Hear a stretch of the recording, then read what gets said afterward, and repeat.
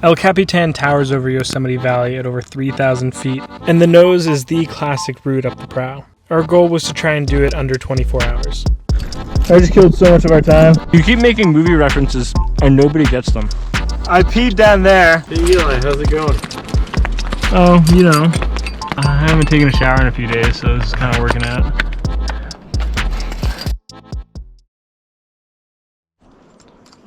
Major Tom, can you hear me, Major Tom?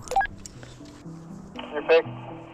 This would be my first time climbing the Capitan, and racing the clock was an entirely new experience for me. But we figured 24 hours was plenty of time. I gotcha.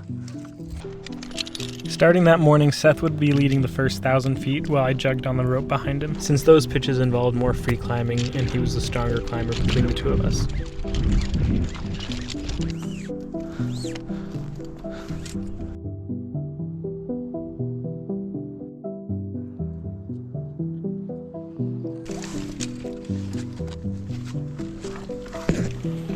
At Sickle Ledge, we simul-climbed past a party sleeping, and I tried my best not to wake them up.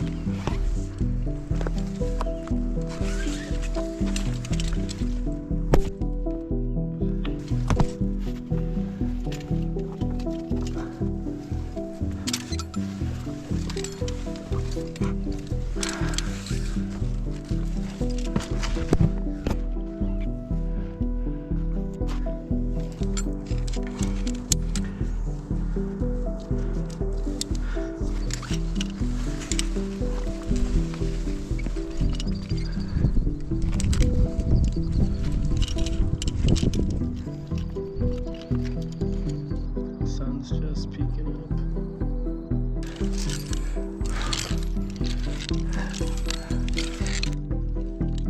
We refueled and smoked a cigarette on Dolt Tower, where we had stashed water the previous week. And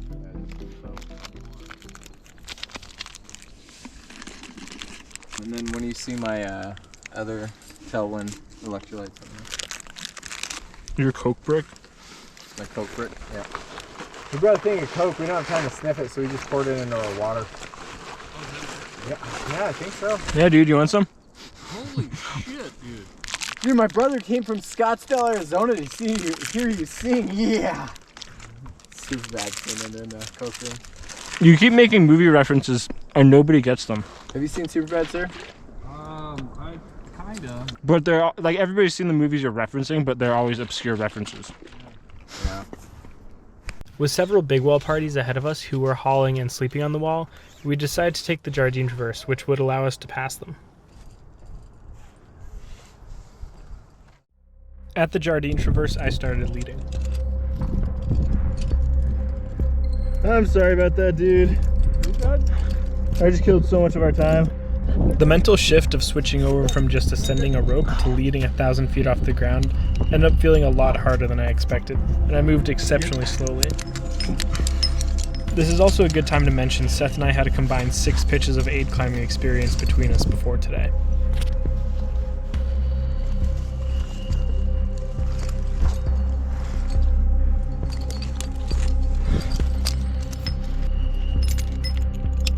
This is where I began to realize that I felt quite out of shape and underprepared. I was aid climbing sections I felt I should have been able to free climb, which would have sped things up quite a bit more.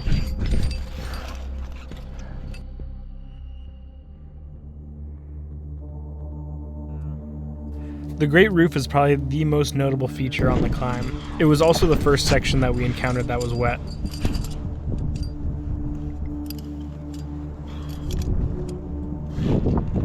At about 2,000 feet up, I could barely look down, placing tiny cams on wet rock.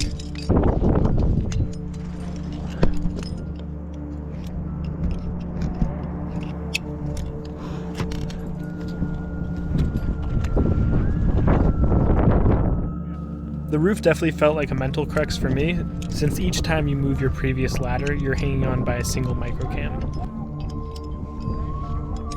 In order for the follower to ascend the rope efficiently, you can't leave any protective gear behind in the roof itself, which means you're risking a big swing into the corner below if a piece were to pop.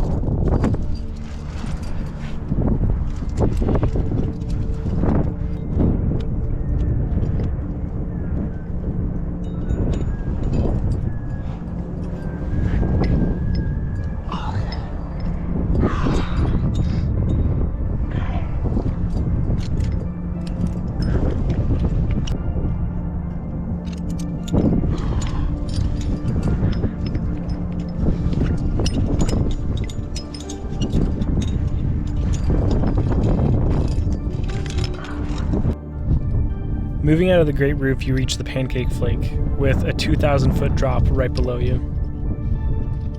It's also generally considered about the halfway point. Although you have much less distance to cover, the climbing becomes far more time-consuming.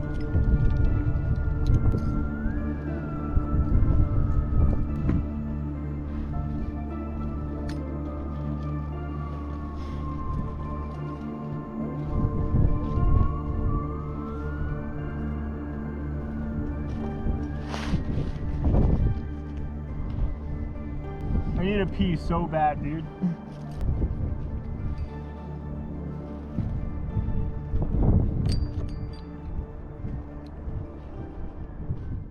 Yeah, buddy.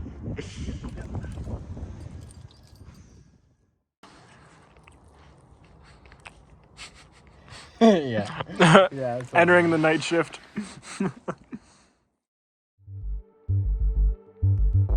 We were massively behind schedule when the sun set.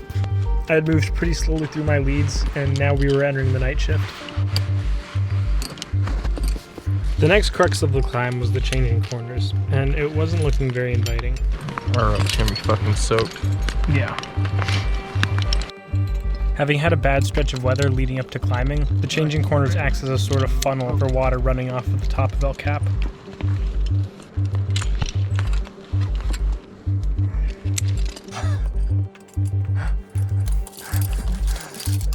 Yeah, this is just absolutely soaked. Oh, how easy it would be to free climb this in good conditions.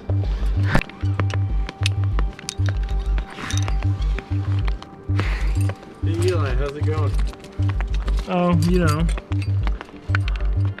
Just, I haven't taken a shower in a few days, so it's kind of working out. I keep wanting to go freaking reach my hands in the cracks, and then I'm like, oh, nope, shouldn't do that.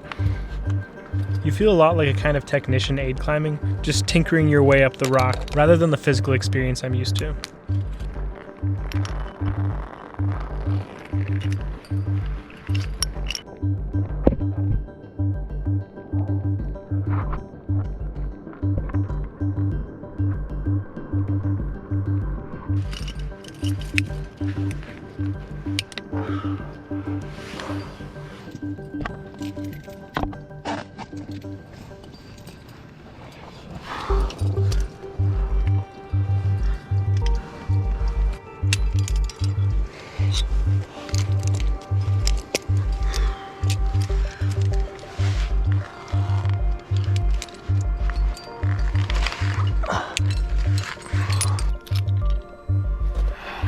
Honestly, this was my favorite lead of the whole day. It was just enough suffering to make me feel like I earned the next anchor.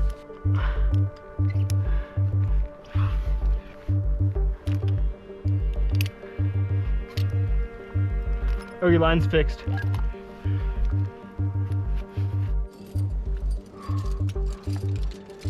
By the top, I was soaking wet and pretty mentally drained. So I handed the rack to Seth, and it was his time to take us to the top. I'm so cold. I'm so cold. My jacket's wet. Here, we missed our goal of completing the route in a day. I spent the next few hours shivering, just waiting for Seth to call down that the line was fixed so I could start moving and warm up.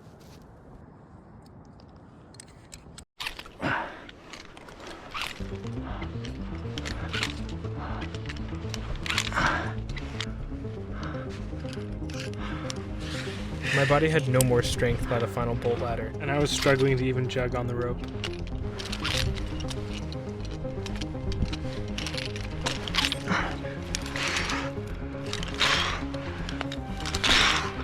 Ah, fucking hell.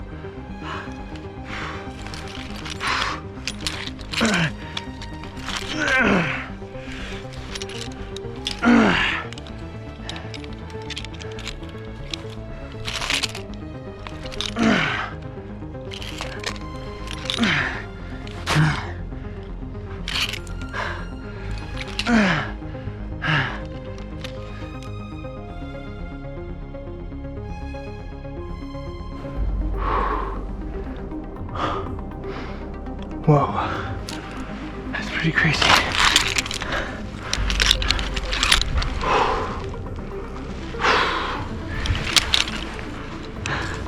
25 and a half hours in, I saw Seth standing up top. There he is. Oh, dude, I'm worked. Fucking sunrise to sunrise. That's crazy. Remember when we thought it was gonna be 16 hours?